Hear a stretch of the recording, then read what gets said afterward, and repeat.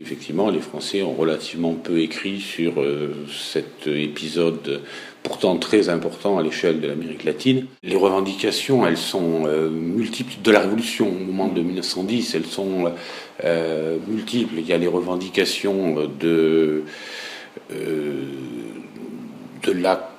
du monde politique mexicain, une partie du monde politique mexicain que l'on peut appeler libéral-démocrate, et qui demandait essentiellement un accomplissement un respect de la Constitution de 1857, qui était une constitution libérale avec le sens que le terme a au XIXe siècle. Cela arrive dans un contexte particulier qui fait que cette révolution politique rencontre ceux qui au départ sont des révoltes, des émotions, on aurait dit sous l'Ancien Régime, mais qui se transforment en révolution avec la conjonction des deux phénomènes et qui sont portés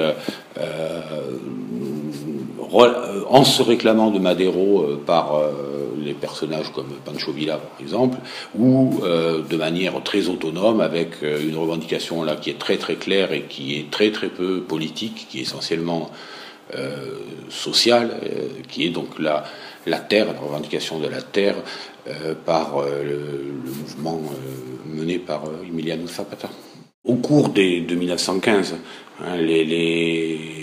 la succession de défaites militaires de Pancho Villa de batailles perdues par Pancho Villa face à Obregón scelle le sort des révolutions, des mouvements paysans, pour le dire assez rapidement, des mouvements campesinos, et remet la révolution sur des rails plus politiques. Le mythe, il se construit durant la Révolution elle-même, parce que donc il y a autour de figures, Madero en particulier, alors qui lui est la figure incontestable. Alors on a des repoussoirs, Porfirio Díaz d'un côté, Huerta aussi. Puis il y a le mythe qui se construit, certains le construisent eux-mêmes. Pancho Villa, il construit son propre mythe.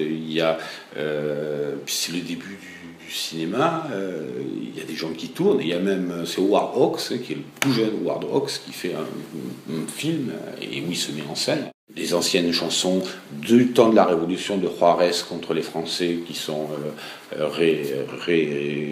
réadaptées. Et puis, les révolutionnaires au pouvoir, alors là, les révolutionnaires bourgeois, si j'ose dire, au pouvoir, parce que c'est eux qui viennent au pouvoir, parce que justement, ils sont en train d'accomplir, ils ont stoppé le mouvement, mais ils l'intègrent. Le grand génie d'Obregón, c'est d'avoir récupéré les chefs zapatistes, enfin, qui restaient, qui étaient encore vivants, et donc ils intègrent au discours officiel, à l'épopée officielle, la dimension paysanne radicale que représentaient Pancho Villa et Zapata. Et Pancho Villa donc passe du statut de bandit qu'il avait à un statut de révolutionnaire. Et il se trouve que ces révolutionnaires, ils dirigent le Mexique jusqu'en 2000.